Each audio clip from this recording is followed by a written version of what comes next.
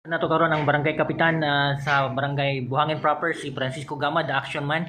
Ato siya interviewon karon kay March is a Women's Month. Ato siya pangutanon unsay ang mensahe sa mga kababainhan sa iyang barangay ug unsa mga programa ang nakalaan or nahimo na para sa mga kababainhan sa iyang barangay. May buntag kanimo kap? May buntag, Sir Bob, o sa tanan ninyong tigpamina, may buntag. Unsay mensahe nimo sa mga kababayan sa iyong barangay karong Women's Month? March is Women's Month globally kap. Ako mensahe sa mga women's nato, no, sa atong nagkalain-laing chapter sa women organization diri sa barangay, ipadayon niya yung panaghiusa kay kani diri sa barangay. Nagpadayon ang among suporta sa inyong tanan. So far kap, unsa may mga proyektong na-implementar sa mga women sa iyong barangay kap? Kani sila natagaan nato sila livelihood projects, no, programs. In fact, last year natagaan nato sila og 15,000 each per chapter. So kita 56 chapters as 15,000, no.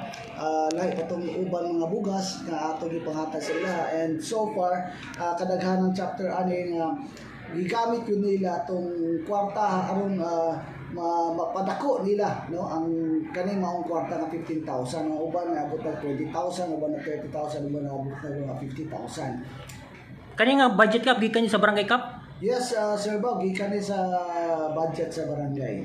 O isa sa mga proyekto nila kantindahan kap duol sa barangay hall, unsa ba ni kap? Unsa ba nahitabo ni kap? Murag daghan kita ba ni kap? Dako ba ni benepisyo sa mga kababayan? Yes, kada tuig nagabahin-bahin na sila, no, sa ilang kita sa ilang tindahan ng bayan, no, sa mga gi-manage sa atong barangay council for women.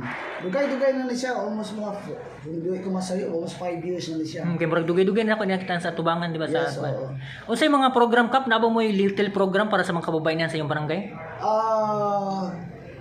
Naatay mga activities karon, no, karong March 8, no, natay parade sa atong different women chapter, natay mga contest, no, kinsa to pinakadaghan na maka-attend, natay mga prema ni ana, and after that this will culminate sa atong Buhangin Gym, and then natay mga lectures ug gamay mga services, mga legal services, kay mga serbisyo gikan sa atong mga konsyal ug uban pa.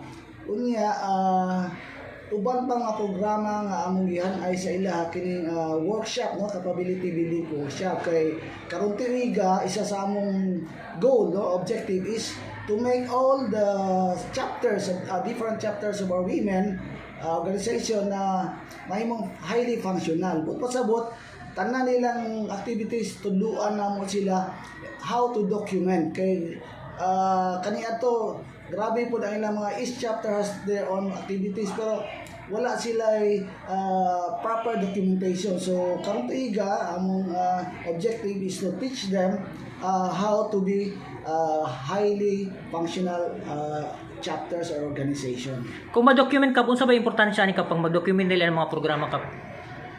Kung ma-document nila ang mga programa, but pasabot niya ni maayo ang pagdala sa ilang organisasyon, no, dili lang bara-bara, no, nga kung moingon ta nga unsa may nabuhat ninyo sa iyong chapter, nada sila yung mapakita kay dili to pas kaniya to sige man ni og clean up drive, sige man ni og feeding, pero sa may mapakita. So walay tangible tangible na mapakita, presentation nga ilang mapakita.